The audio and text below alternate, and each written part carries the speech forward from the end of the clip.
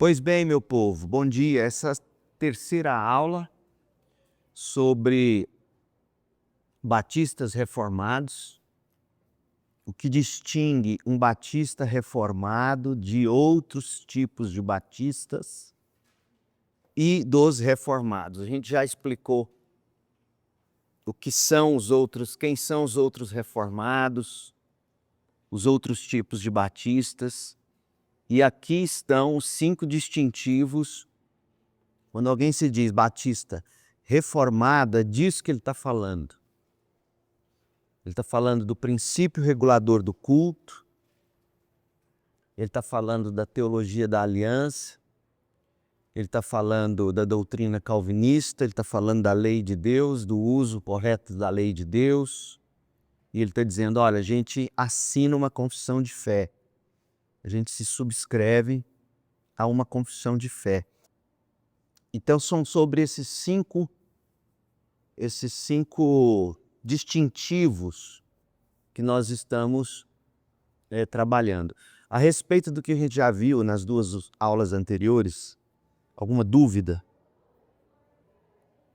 O princípio regulador do culto. Então, o princípio regulador do culto quer dizer exatamente isso, né? O culto, ele é regulado por princípios. O que acontece em um culto não acontece porque a gente escolhe que aconteça. Então, o que nós vamos prestar um culto a Deus. Nós vamos, agora de manhã, por exemplo, ao final dessa aula, nós iniciaremos o nosso culto. O que acontece num culto? O que acontece num culto? O que a gente faz num culto? O que a gente faz num culto? Quais são as partes de um culto? Oração, ministração da palavra, adoração. Mas de onde vêm esses elementos? Vem das Escrituras, vem da Bíblia. A Bíblia. Aí a segunda pergunta é: se a Bíblia fala sobre o que deve acontecer num culto, ou como deve ser um culto, quais são então, onde a palavra fala disso? Né? Sobre as partes de um culto, o que deve acontecer num culto. Então, esse distintivo, o princípio regulador do culto, ou seja, um culto que é regulado por princípio. Ou seja, esse culto ele não acontece de qualquer jeito e ele não depende do gosto de uma denominação. Mas na denominação de onde eu vim não era assim, ou na igreja que eu participava não era assim, lá a gente tinha isso, a gente tinha aquilo outro. E aí fica parecendo que o que acontece num culto tem a ver com o gosto de um pastor, ou de uma igreja, quando na verdade, quando se trata de um culto que é para Deus, esse culto que é para Deus, ele precisa acontecer segundo a vontade de quem? De Deus. E se é a segunda vontade de Deus, é óbvio que na palavra de Deus, ele deixou princípios escritos, prescritos. E são esses princípios que a gente precisa buscar. Então, esse distintivo, ele é mencionado em primeiro lugar quando se trata de batistas reformados, porque constituiu uma das principais razões pelas quais os batistas se separaram dos independentes pedobatistas. E nós já explicamos o que é pedobatismo.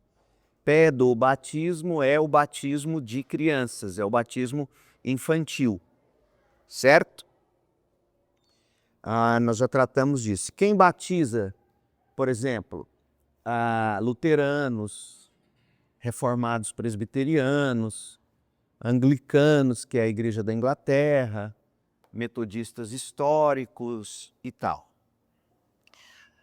Os batistas particulares ou reformados têm a origem no movimento puritano, falamos disso, cujo propósito era reformar a Igreja da Inglaterra segundo a palavra de Deus. Eles queriam que a Igreja da Inglaterra não parecesse tanto com o catolicismo. Então vamos reformar segundo a palavra de Deus. Sobretudo no que dizia respeito à pureza do culto. Por quê? Porque o que mais marca um povo que se chama crente em Deus é o que esse povo crente em Deus faz quando eles se reúnem para adorar a Deus. Né? E aí você imagina, esse pessoal lá na Inglaterra, século XVII, 1600 e pouco, século XVII, eles se reuniam com a igreja, na Igreja da Inglaterra, na Igreja Anglicana, e aí eles começavam a observar o que acontecia no culto, falavam, peraí, isso ainda é catolicismo romano, por mais que o rei, porque lá na Inglaterra o rei é que é o cabeça da igreja lá, por mais que o rei tenha rompido com Roma, com o Papa, o que a gente vê acontecer aqui ainda é catolicismo. E aí eles falaram, não dá, a gente tem que reformar esse culto, a gente tem que purificar esse culto, a gente tem que purificar essa expressão de fé.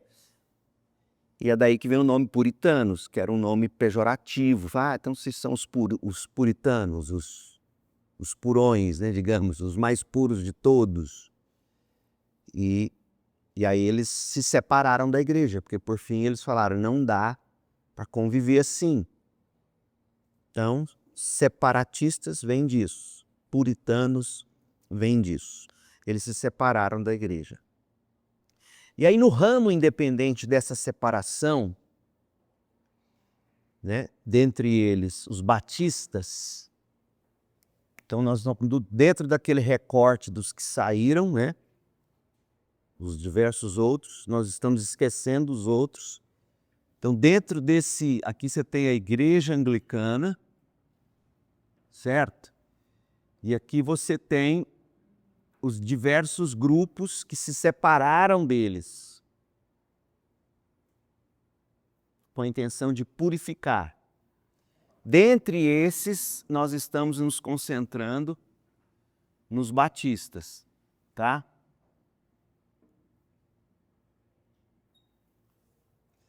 Então, quando eles se separam, eles falaram, a gente precisa aplicar o princípio regulador do culto. Também ao batismo infantil, porque o anglicanismo batizava, e nós discutimos sobre porquê na aula passada.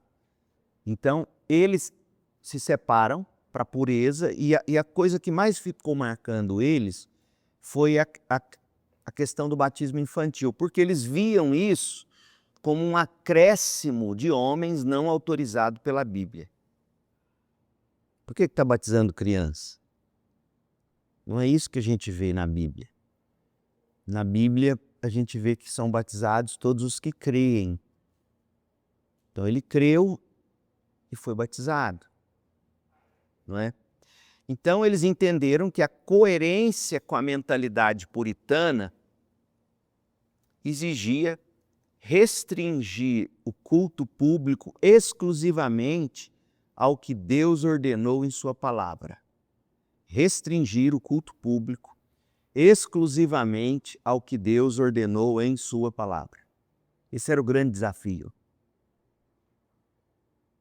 Os primeiros batistas criam, assim, que os elementos do culto a Deus deveriam limitar-se apenas ao que está prescrito na Bíblia.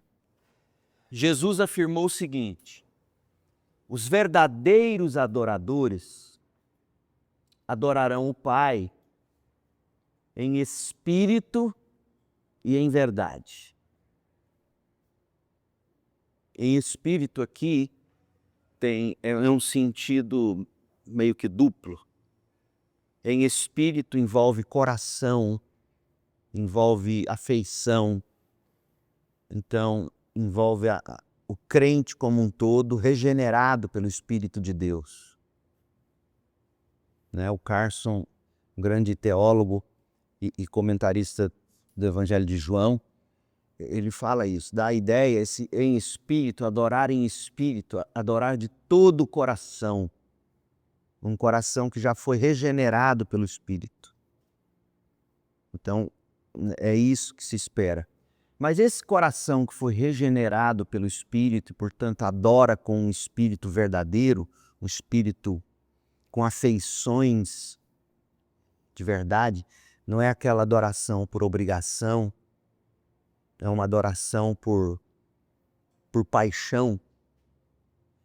Esse espírito, ele não pode adorar de qualquer jeito, ele tem que adorar em verdade, pela verdade, segundo a revelação da verdade bíblica. E aí você descobre que ele está falando aqui num contexto que envolve os samaritanos.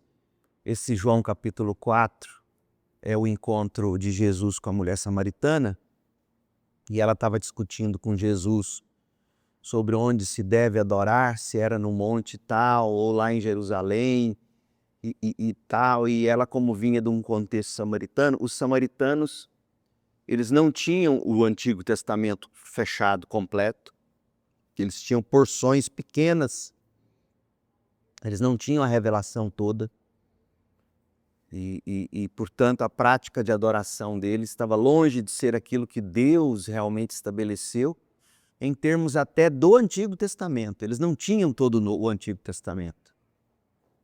Então, eles não tinham condições de falar em adoração. Pelo menos não na forma como Deus prescreveu já lá no Antigo Testamento. Os samaritanos. E Jesus está falando com uma mulher que era samaritana.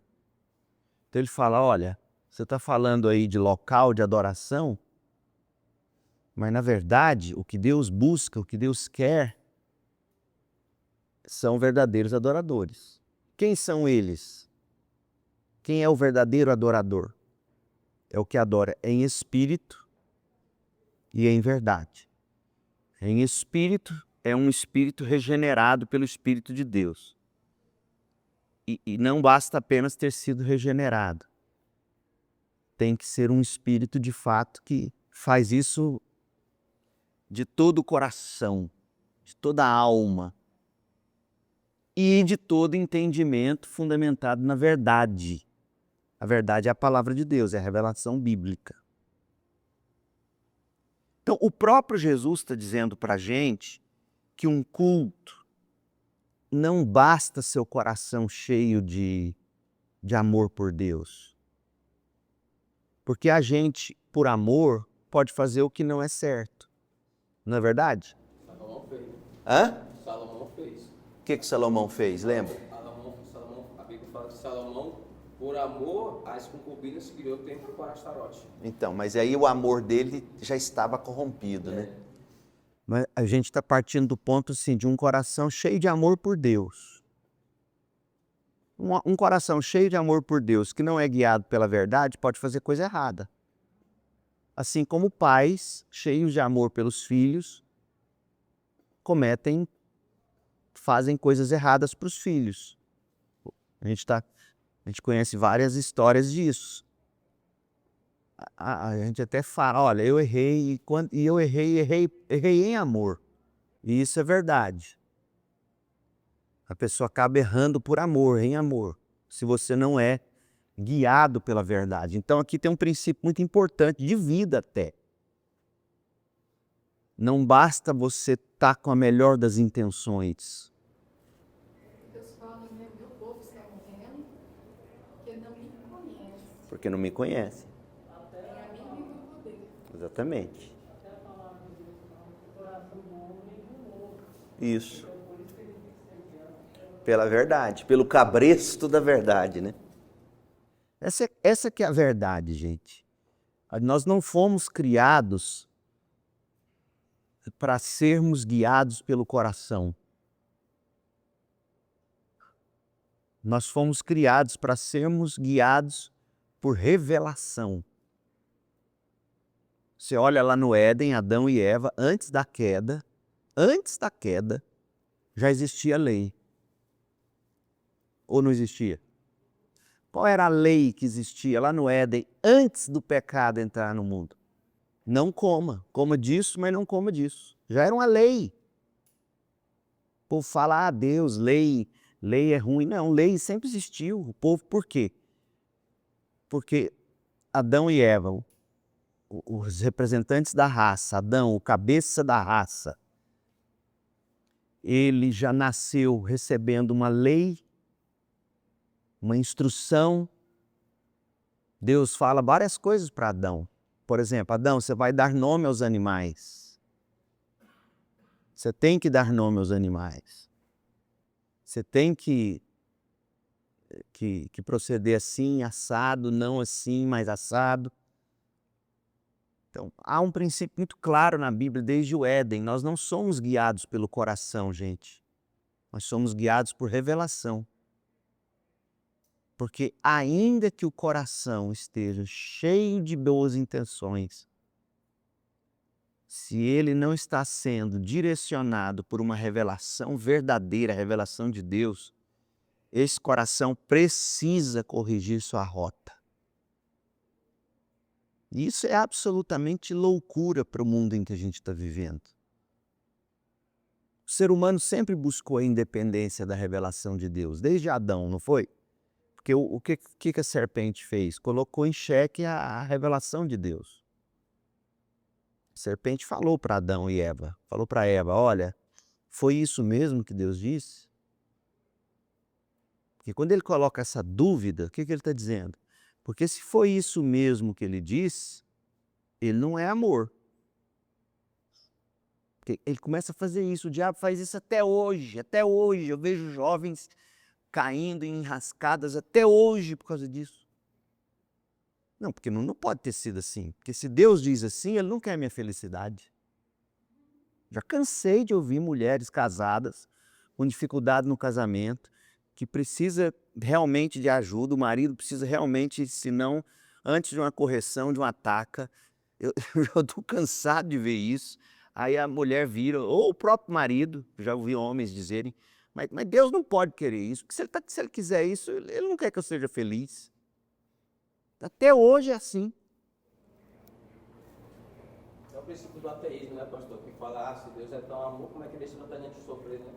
Acaba que chega nisso, né? Na prática é um ateísmo prático. Ou um ceticismo violento, é melhor a gente descrever isso como uma rebeldia mesmo, é uma rebeldia do coração. O coração é assim.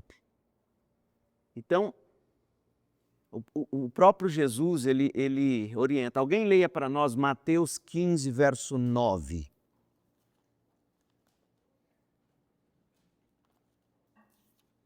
Mateus 15. Mas em vão me adoram, ensinando doutrinas que não são preceitos dos homens. Que não são? Mas em vão me adoram, ensinando doutrinas que são preceitos dos homens. Sua adoração é uma farsa. Pois ensinam ideias humanas. É porque o Guedes leu noutra versão. Mas não tem problema não, tá? Eu entendi. Ferreira.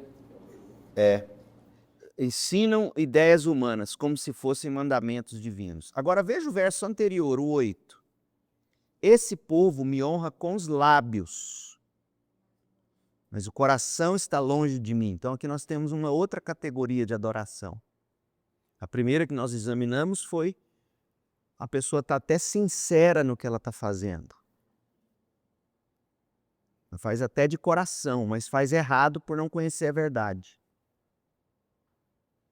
A segunda categoria é essa, em que a pessoa faz por ritual, só da boca para fora. O coração não está junto.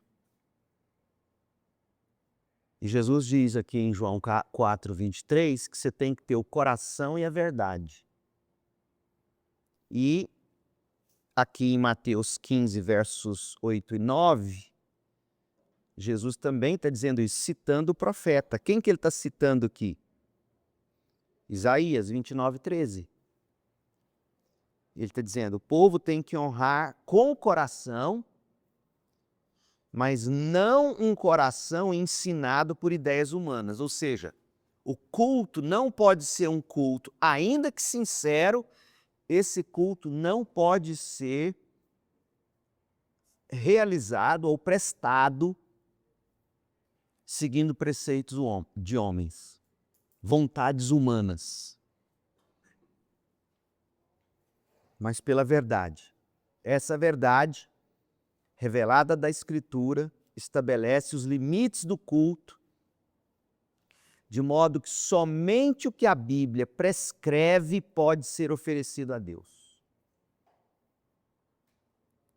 Aí, se você é um cara que já está pensando direitinho, a pessoa, tá, então, mas o que mesmo que a Bíblia prescreve? Nós temos uma lista de coisas que a Bíblia prescreve, e eu vou mostrar daqui a pouco. E é por isso que a gente faz o culto como a gente faz, buscando seguir não preceitos de homens, não vontades humanas, não o que a gente acha. Certo? A Confissão Batista de Londres, 1689, o capítulo 22. Olha só a antiguidade dela. 1689, logo no início mesmo do movimento batista. Não tinha ainda chegado a... Foi 1611, 12, né? Thomas Harris, não foi isso? E o John Smith, 1611, primeira igreja batista em Londres, oficialmente. 1611 para 1689, você está falando de 78 anos apenas. Então, em 1689, capítulo 22, parágrafo 1º da declaração, a gente lê sobre o modo aceitável de adorar a Deus. Diz assim: o modo aceitável de adorar o verdadeiro Deus é instruído por Ele mesmo, próprio Deus, não o coração, o Deus, e limitado pela sua própria vontade revelada. Ou seja, o Deus que instrui, Ele revela o que Ele quer. Ele não é igual aquele pai que tem na cabeça o que ele quer para o filho, aquela mãe, mas não deixou muito claro. Tem isso, não tem? Às vezes o pai vai corrigir o filho e fala assim, mas eu já te expliquei. Aí o filho com sinceridade fala, mas eu não entendi. Não é bem assim, eu não sei o que é. Então, o Deus que instrui, ele instrui a partir de uma revelação, a vontade de Deus revelada. Então aqui, por exemplo, você já tem a nossa Confissão Batista de 1689, dizendo o seguinte, que a lei de Deus é a vontade de Deus, é a instrução de Deus para nós. Para que não seja adorado conforme as imaginações, olha o que eles já diziam, em 1689. Imagina que se vissem os cultos de hoje, as imaginações. Bem antes, né? Antes da Assembleia? A Assembleia não estava nem na cabeça do diabo aí. Brincadeira, hein, gente? Muito antes de tudo isso. Você está falando do início do movimento reformado. Ele está falando aqui, obviamente, quando ele fala de imaginações, vamos analisar o documento. De que ele está falando? E aqui, para não parecer que eu estou com maldade com assembleianos, Tem muita coisa entre batistas também que está na cabeça do diabo. De verdade, é um negócio... Doutrinas de demônios, Paulo fala disso. Então não é só porque é assembleiano, não. Infelizmente, todos. Isso. Não conhece a história bíblica direito, não conhece a tradição batista. Doutrina de demônio. Não tenho dúvida. Então, quando ele fala de imaginações e invenções dos homens, qual era o contexto em que ele escreveu isso? Você lembra? Qual era a igreja vigente? Catolicismo, anglicanismo. Então, ele está falando o seguinte, quando a gente olha essa confissão de fé, né? Quando a gente olha para o catolicismo romano, para o culto deles, quando a gente olha para o culto dos anglicanos, e até mesmo para alguns cultos de outros separatistas, de outros independentes da igreja anglicana, movimento anabatista, que também já existia, ele fala assim, olha, quando a gente olha para esses cultos, para essa adoração, isso é tudo fruto da imaginação deles, das invenções deles. Eles estão falando isso, não estão falando isso no vácuo. Eles têm grupos em mente, esse povo que se reuniu para escrever essa confissão de fé. Então, se eles estivessem vivos hoje e vissem cultos ditos inclusive evangélicos, protestantes, em todos os espectros, batista, presbiteriano, assembleiano, dê o nome que você quiser, eles vão falar, gente, já não é mais nem imaginação e invenção, não existe palavras para descrever. Me falaram de uma tal igreja aqui na cidade, que eu até me recuso de chamar de igreja, em que no culto, se é que aquilo é culto, tinha pula-pula. Na minha juventude, eu tinha um conhecido que ele trabalhava, quando ele cansava do trabalho, ele pedia as contas e abria uma igreja. E aí? Ele alugava e... Aí, geralmente, o que essas pessoas fazem? Quando elas iniciam uma igreja assim? Elas partem das imaginações delas. Elas geralmente estão cansadas do que elas veem nas igrejas de onde elas vieram. Elas falam, não, agora eu vou fazer assim. Vou fazer diferente. Inovar. Ah. No decorrer desse curso, nós vamos chegar ao ponto dos elementos de um culto. Vamos ver já hoje. Se não der hoje, porque já não vai dar, mas pelo menos eu te mostro a lista e semana que vem a gente já vai. Então veja, olha o que eles falam. Quando eu falei na cabeça do diabo, olha aqui, ó, Satanás. Eles já estão falando assim, há nos cultos coisas que são imaginações humanas, invenções humanas, e há também o que a gente poderia chamar de sugestões de Satanás. Você imagina, é difícil a gente dizer isso na época em que a gente vive, por causa do risco que a gente corre até de processo e eu falo com muito amor, eu não estou falando aqui, por mais que eu talvez sou irônico, eu falo isso com pesar, mas alguns cultos, você olha, algumas pessoas em transe, parece muito mais pessoas que estão recebendo, vocês sabem bem do que eu estou falando, do que um culto protestante evangélico. Então, sugestões de Satanás. Representações visíveis. O que são as representações visíveis? Estátua, né? Estátua. O que são as estátuas? As imagens. Imagens, ídolos. Eles estão falando disso. E nesse ponto, eles não estão falando só do catolicismo romano. Eles estão falando da igreja da Inglaterra também. Do anglicanismo, de onde eles se separaram. Né? Então, imagens, esculturas. E outra coisa, qualquer outro modo não prescrito nas Escrituras. Então, quando você vê o que a confissão de fé Batista, de 1689, capítulo 22, parágrafo 1, quando eles estão falando do culto, eles já estão nos mostrando como que um culto tem que ser pensado. Ou seja, eles estão dizendo, esse culto tem que ser segundo a própria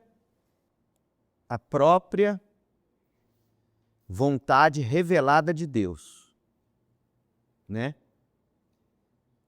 E ele não pode envolver o quê? Imaginações humanas, invenções humanas, sugestões de Satanás. Gente, você pega um movimento de batalha espiritual recente, e isso são palavras da própria Neuza Tioca, que é uma das precursoras desse movimento. Muita coisa das doutrinas que eles têm sobre como é que se lida com pessoa endemoniada, como é que se trata com libertação. Sabe o que eles vão dizer? Eles vão dizer, não está na Bíblia, de onde você está tirando essas ideias? E ela fala em livros dela, ela fala assim, não, mas isso aí é porque a gente entrevistou um ex-pai de santo, que por anos foi guiado pelo Satanás, chamava de entidade, então ele mostrou para nós, o diabo contou para ele como é que fazia. Só você ler os livros da Neuza Tioca. Se isso não é sugestão de Satanás, me diga o que é. A Neuza e a Rebeca, né? Rebecca Brown. Então, um grande livro para você, de verdade, eu recomendo de todo o meu coração. Se você quiser entender esse movimento de batalha espiritual, o melhor livro para mim é o do Augustus Nicodemos, Batalha Espiritual, editora Cultura Cristã. Batalha Espiritual, Augustus Nicodemos. Ele vai te dar notas de rodapé. Outro livro muito bom que vai tratar disso é o Paulo Romero. Você pega os livros, todos os livros do Paulo Romero. Ele era assembleiano, e ele vai fazer um estudo assim. Tem um livro dele que chama Super Crentes. Ele é muito bom, Paulo Romero. Inclusive, quando ele começou a escrever, ele relata que ele foi ameaçado de morte. De onde você veio? Ameaçado de morte. Evangélicos em Crise dele, esse livro é muito bom. Paulo Romero. Então, leia esses livros para vocês verem. Então, nós estamos falando aqui, ó. O culto tem que ser segundo a vontade revelada de Deus. Não pode vir da imaginação dos homens, nem das invenções deles, nem das sugestões de Satanás. Não pode haver imagem de escultura e tem que prestar atenção para ver se o que está acontecendo no culto não está prescrito na Bíblia. Se não está prescrito ou se não está, de algum modo, ferindo o princípio da Bíblia. O grande princípio regulador de um culto parte daquilo que Paulo escreve aos Coríntios, capítulo 14, onde ele vai falar de decência e ordem, onde ele vai falar que tem que ser para a edificação dos crentes. Então, essa confissão de fé, a nossa confissão de fé de Londres, 1600... Você está colocando a segunda e a primeira confissão? É o quê? A segunda confissão. A primeira não. Porque a primeira de Londres é basicamente a mesma, é que essa segunda eles ampliam, eles se adequam. Mas ela é boa também. É que ela é maior, essa aqui é maior, mais expandida. A segunda confissão de Londres é a confissão de fé que chega nos Estados Unidos. Só que ela chega com outro nome, que infelizmente me fugiu da memória. A mesma confissão chega nos Estados Unidos. E dessa que chegou nos Estados Unidos, sai a New Hampshire, que é a nossa. É um resumo dessa aqui. Os batistas seguem essa segunda, então. Os batistas reformados. Segue sempre a segunda confissão. Sim. Certo? E aí, a conclusão óbvia é a seguinte. O princípio regulador do culto. como a Bíblia não ordena o batismo infantil, e o que batismo tem a ver com culto? Onde é que acontece um batismo? Num culto. Batismo e ceia, nós vamos ver a lista. Batismo e ceia, a realização das ordenanças, é parte de um culto. Então, já que no culto a gente tem visto essa prática do batismo infantil, os batistas concluíram que tal prática é proibida no culto público, devendo-se administrar apenas o batismo de crentes. O princípio regulador do culto limita os elementos do culto público a quê?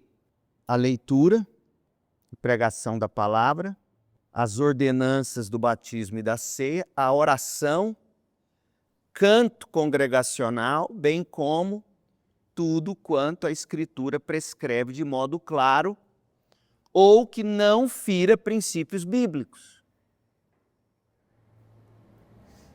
Pastor, Uhum. eu quis trazer a esse princípio regulador alguns elementos do culto estabelecido por Deus através da lei de Moisés e a prescrição daquele culto inicial. Você fala as coisas do Antigo Testamento. É que no Antigo Testamento era ainda muito rudimentar. Então, por exemplo, o sacerdote que fazia o sacrifício no culto do Antigo Testamento, se você puxar uma linha direta para o Novo Testamento, você sabe onde isso se encerra? No catolicismo romano. Porque a missa no catolicismo romano é o sacrifício de Jesus sendo feito de novo. Então, se você puxa um arco, uma seta direta do Antigo Testamento para o Novo, você vai cair em problemas. Por exemplo, batismo infantil que vira circuncisão. Circuncisão que vira batismo infantil.